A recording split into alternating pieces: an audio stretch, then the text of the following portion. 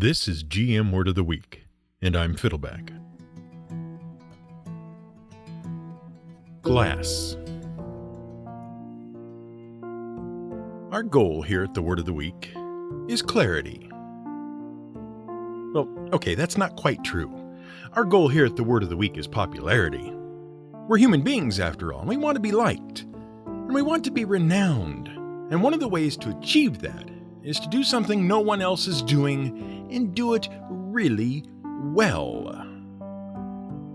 And so we have combined our love of gaming with our love of learning and of weaving stories and connections and of producing high-quality audio productions into something that hopefully stands out as unique, interesting, and entertaining among the community that shares our passions and interests.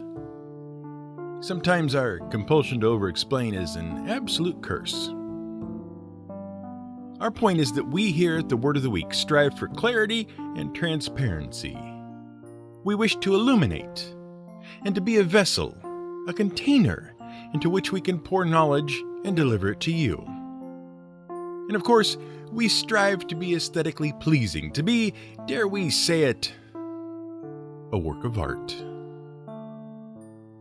But you probably never thought of us that way. After all, we're just a podcast. Podcasts are everywhere. And if you consider podcasts to merely be continuations of radio segments, an outgrowth of radio dramas, which were themselves an outgrowth of theater performance, they've been around for centuries. And speaking of things that have been evolving for centuries and are totally ubiquitous, that provide transparency and illumination, that serve as containers, and that are works of art, let's talk about glass. And look forward to a future episode on tortured, contrived metaphors. Glass is one of those things that's everywhere, in the real world and in the gaming world, and yet we rarely give it much of a thought. When we peer through a window, we don't look at the glass, we look at the outside. When we find a magic potion, we don't care about the bottle, we care about what magical powers the liquid has. And inside cathedrals and churches, we don't think about the stained glass itself. We care about which god it depicts and whether any of the treasures we're going to find inside is cursed by said god. That's excepting those video games in which we can make exceptionally powerful weapons and items out of glass, which, if they actually mean obsidian, is fair enough, but actual glass? No. In our last episode, we explained that obsidian is a kind of glass, and we hinted at what that means. Glass is a non-crystalline solid. It is rigid and holds its shape, but unlike most solids, that's not because the molecules are locked into a complex geometrical pattern. Instead, it's because the molecules just don't have enough energy to move around. This distinction has led to a popular myth that glass is actually not a solid at all. It's a liquid that just flows very, very slowly. As evidence, people point to the fact that very old windows are thicker at the bottom than at the top. The idea is that gravity has caused the very slowly flowing liquid glass to settle at the bottom. And we're here to tell you that that's not true. But we're also here to tell you that even scientists weren't sure why it wasn't true for a very long time. See, our basic understanding of matter is that there are 5 states of matter. Now, in school, you probably learned about 3. You probably learned that gases are very high energy.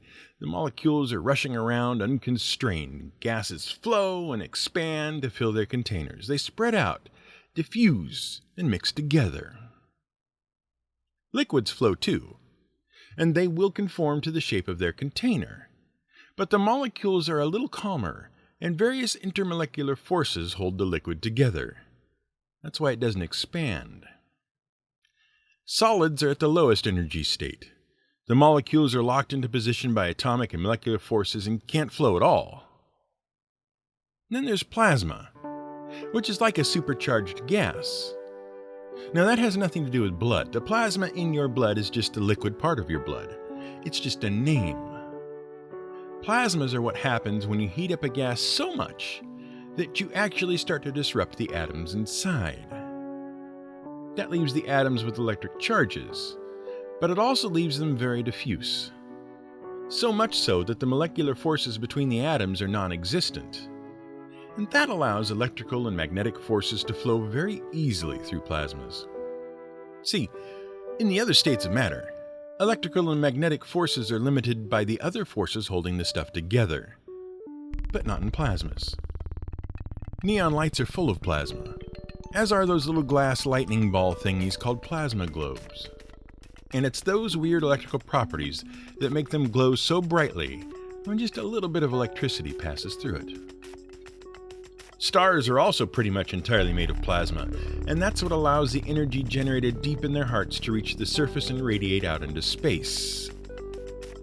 Even They Might Be Giants had to update their song. The light that comes out of the sun actually travels 400,000 miles from the center of the sun just to get to the surface. Since the sun is only 200,000 miles from Earth on average, that means the light from the sun actually covers more distance getting out of the sun than it does getting to the Earth. And that's only possible because of plasma. The final state of matter is the Bose-Einstein condensate. And these are basically supersolids. They are solids that are so solid that the individual atoms cease to exist and are compacted into a single superatom. Because of quantum physics, they have some very strange and useful properties. But we're not going to jump down that particular rabbit hole just yet. But we digress. The point is that for a long time, scientists called glass an amorphous solid. Amorphous means without a shape, but there was a lot of argument as to whether it should be considered a solid or a liquid, or whether it flowed, or whether it represented a completely different state of matter, or what. In certain experiments, it did appear that glass continued to flow on the molecular level after it cooled. But in 2015, researchers at the University of Bristol in England and Kyoto University in Japan finally settled the question once and for all. What they discovered is that glass does continue to flow for a time after it is formed. But inside, the molecules are actually arranging themselves into crystals. Those crystalline portions grow until eventually the entire chunk of glass is a true crystalline solid. That said, the solidification happens completely only at extremely low temperatures. So glass is partially crystallized, but it does have portions that flow like a liquid. Very slowly. So slowly, in fact, that it would take 10 million years for a window pane's shape to change due to the flow. Regardless, the amount of crystallization in glass was enough, according to the researchers, for them to say definitively that glass is a solid, not a liquid, and not some weird other thing. But enough about chemistry. Let's talk about where glass actually came from, and how it's made, and how it's been used. In truth, we're not entirely sure who invented glass. Pliny the Elder, the famous Roman historian of the 1st century CE, presented one theory. He told a story about a group of Phoenician merchants traveling to Syria. Their ship, he said, was loaded with something called nitrum. Now, Pliny wrote a lot about this substance, which was apparently important in various chemical and medical procedures, and it was probably a naturally occurring mixture of various minerals, including sulfur, sodium bicarbonate, and saltpeter. The important part for this story is that it was a caustic substance that burned quite hot. The merchants landed on a beach, and they decided to prepare a meal. But they didn't have any stones to prop up their cooking pot, so they used lumps of nitrum. The nitrum burned and melted and fused with the sand, and the merchants discovered rivulets of a strange, glassy substance. Glass. But this story probably isn't true. What is true is that around 3500 BCE in Mesopotamia and Egypt, folks discovered that if you heated sand and mixed in minerals like soda ash, it would melt into a translucent liquid, which would then harden into a translucent glass. Now, glass making wasn't easy. It required extremely high heat, and there wasn't much you could do with the glass. So the earliest glass artifacts were either small beads of glass or items that were glazed with glass. And in fact, glaze and glass come from the same root and have related meanings. To glaze means to cover with a translucent substance. For example, to cover a piece of pottery with a glass coating, or to cover a ham with a honey mixture. But to glaze also means to cover openings with a translucent object, like to fit a window pane into a window frame. And that is why window makers became known as glaziers. Eventually, the Egyptians figured out how to press glass, but they didn't use it very much. Glass was still difficult to manufacture in large quantities, and there didn't seem to be much use for the stuff. So they mainly used it to glaze pottery, to make jewelry, and for small decorative items.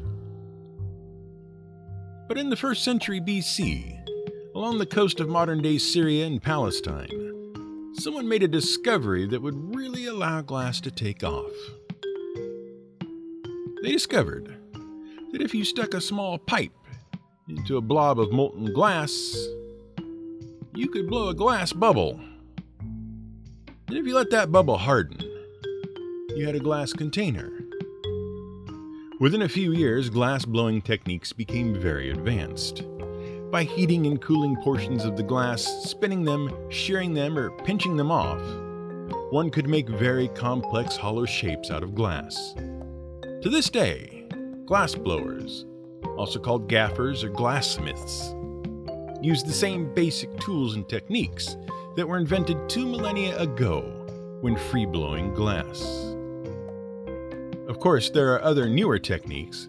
For example, mold blowing involves inflating the glass inside of a mold to produce a particular hollow shape.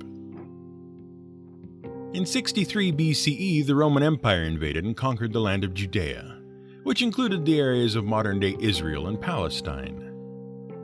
And with that, they were exposed to glass manufacture and blown glass for the first time. And they loved this stuff, loved it. Glass exploded in popularity and spread across the Roman Empire. And as the Roman Empire spread across Europe, glass became one of the most prominent trade commodities. The love of glass in Rome and Italy was so prevalent that by 1000 CE, Venice became the center for glass production in the entire world. Meanwhile, in the Middle East, Persian chemists had discovered recipes for coloring glass by changing the mineral content. By the 6th century CE, it was possible to produce glass of just about any color one could imagine. And with the production of small bits of poured and polished, flat-colored glass, a new tradition began. One of the first places it caught on was in England, of all places. In the mid-600s, a nobleman man named Benedict Biscop traveled to Rome and became enamored of Christianity. On his return to his home in the kingdom of Northumbria in Britain, he requested land from his king to build a Christian monastery. He imported stonemasons from France and expert glaziers to build the structure, which he dedicated to St. Paul. And St. Paul's Monastery at Jarrow became one of the first modern stone buildings to be constructed in the British Isles. Well, modern for its time. Masonry buildings hadn't been built in Britain since the Roman Empire had occupied it, and the glaziers created elaborate windows of colored glass depicting various saints and apostles. To this day, the stained glass windows at Jarrow remain among the oldest complete examples of stained glass windows in the world. Soon after its construction, St. Paul's at Jarrow became one of the most famous centers for religious and scholarly pursuits in all of Britain. And that was almost entirely due to the influence of one man, Saint Bede, also known as the Venerable Bede. Bede entered the monastery at the age of 7 and was educated by Benedict Biscop. In 686, the plague came to St. Paul's, and many of the monks died. Only 2 monks remained who were trained and qualified to conduct all of the various religious rites and services in the monastery. One of whom was the teenaged Bede. Working tirelessly around the clock and dividing the duties between them, the young Bede and the one remaining monk managed to perform all of the required services and duties of the monastery, while also training and qualifying new monks. Later in life, Bede began to focus on scholarship and writing. He started by translating important texts, but then moved on to interpreting religious and scholarly teachings and writing his own books. One such book nearly got him into trouble when he used biblical verse to calculate the age of the earth and arrived at a figure that was 2,000 years different than the accepted church doctrine indicated at the time. He was eventually cleared of heresy and went on to write many other books about theology, grammar, history, and even music. But we digress. Stained glass became an important art in the Christian church and was also adopted by the new Islamic faith in the Middle East. Gradually, it became a predominantly Catholic art. In the Gothic period of the 13th and 14th century, stained glass became the centerpiece of the elaborate cathedral architecture of the time. And while stained glass art went into decline during the Renaissance as art began to focus on realism and on painting, and further declined in the 1600s when the aesthetic focus shifted to elaborate interior design, lavish interior decorations and paintings required clear glass windows that would permit as much light as possible. Later Gothic revivals in the 17th century would see a renewed interest in stained glass. While we're on this subject, we should probably discuss glass windows. Not the stained glass kind, the normal kind. The kind that wouldn't exist in a fantasy game based on the Middle Ages. That's right. The action heroes in your Dungeons & Dragons game can certainly go busting through beautiful stained glass windows. But they probably wouldn't find any normal clear glass windows to bust through. Now, the Romans were the first to use glass windows. Their earliest windows consisted of sheets of glass beads stuck in a wooden frame. And they weren't particularly transparent, though they were translucent. Oh, and since we brought it up, there is a difference between transparent and translucent. Something is translucent if it allows light to pass through it. Trans is the Latin prefix that means across or through, and lucent comes from the word for light. Something is transparent if it allows a clear image to pass through it, which is why it comes from the same root word as apparent. Transparent means allowing an appearance through. So those old Roman windows were translucent because light could shine through, but you couldn't see clearly through them. But then, Roman glass blowers discovered you could blow out big spheres of very thin glass, cut them in half, and flatten them to make big sheets of transparent glass. Then, you could cut window panes of glass out of the flat sheets. So why didn't the folks in the Middle Ages have windows of paned glass? Well, because these techniques were forgotten like so many other technologies after the fall of the Roman Empire. It wasn't until the 14th century that French glassblowers figured out a new way to make flat sheets of glass, which they called crown glass. Once again, you started with a bubble of blown glass. But you would take that bubble and put it on the middle of a spinning disc-like turntable and spin it very fast. The glass would spread out and flatten out in a circular disc, and you could cut flat planes of glass out of the disc. The technique did have one odd side effect. The glass sheets weren't entirely uniform. The outer edge would be thicker due to the centrifugal forces spreading out the glass.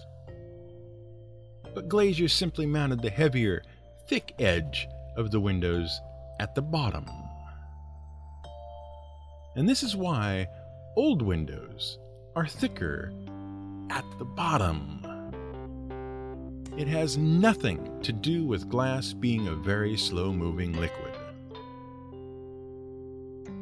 Even with the development of crown glass, it should be noted that glass windows remained a luxury item until the beginning of the 17th century.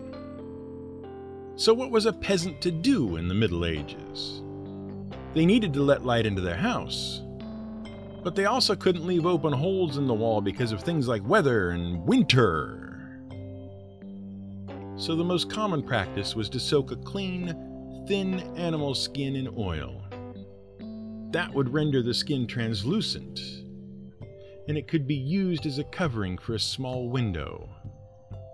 And during the Middle Ages, windows were kept small to minimize the amount of heat lost during the night and the winter months. But before we close the window on glass, let's take a moment to reflect on one other property of glass: its reflectiveness. See, glass isn't completely transparent, and it also isn't completely absorbent. Because, molecularly speaking, glass is a mess, it does some funny things to light. It allows a portion of the light that hits it to pass through, but it also reflects a portion of the light that hits it back to where it came from. Normally, you don't notice the reflection because the light coming through the glass from the other side overwhelms the reflection. But if you have a piece of glass mounted on something dark or opaque, you can see the reflection bouncing back. That is, of course, how mirrors are made. And that's also why you can see your reflection in windows at night, but not so much during the day. That's also how the glass knight saved the town Saffron Walden in Essex, England, from a basilisk. A basilisk is a mythical creature whose name comes from the Greek Basilius, meaning sovereign or ruler. And according to the legend, it was the king of snakes, and it was the most poisonous of all creatures on earth. Pliny the Elder, yes, him again, described it as so venomous that it leaves a trail of deadly venom in its wake, and even its gaze is lethal. The basilisk legend is based on the Egyptian cobra, which can spit venom at its prey, and so it doesn't need to bite to kill. The mongoose is the natural enemy of the Egyptian cobra, being immune to its venom and fast enough to avoid the cobra's bite. And that gives rise to the myth that only a weasel could kill a basilisk. The basilisk, supposedly, couldn't stand its powerful odor. What's interesting is that the basilisk and the cockatrice may once have been the same animal, and the mix-up appears to start in the Bible. One translation of the Bible says that a snake can give birth to a basilisk, and that can give birth to a flying dragon. But the King James Bible says that the serpent can give birth to a cockatrice, and that can give birth to a flying, fiery serpent. In the famous Canterbury Tales, Chaucer refers to the monster as a basilcock. So what is a cockatrice? A cockatrice is part serpent, part rooster. It is lethally poisonous, and its gaze can kill you. Sound familiar? Yeah. Anyway, in 1599, it seems this town called Saffron Walden had become home to a basilisk. At least according to a pamphlet circulated about a century later in the area. Many were killed by the strange, unidentifiable monster. Some had been bitten, some poisoned, and some were unmarked. Baffled and terrified, the reeve, or sheriff, of the town consulted a local wise woman, and she told him that the creature was a basilisk. She explained that its gaze was deadly and that it didn't even close its eyes to sleep. It only ever closed its eyes to drink, and it was filled with poison. Its blood was so poisonous that if you stabbed the thing, even with a spear, the poison would creep right up the weapon and kill you. The reeve had no idea what to do, so he reached out to a knight that was traveling through the area and told him everything. But the knight had no idea what to do about the basilisk. And as the troubled knight walked the streets one evening, so the story goes, he saw his reflection in a broken window, a sad and powerless old man. And the next day he left town, leaving the terrified townsfolk hopeless and despairing.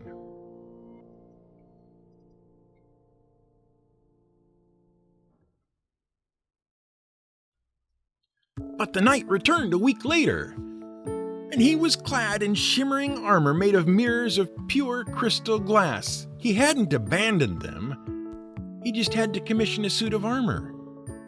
And he armed himself with a branch of rowan wood and a handful of an herb called rue, which were balms for the basilisk's poison.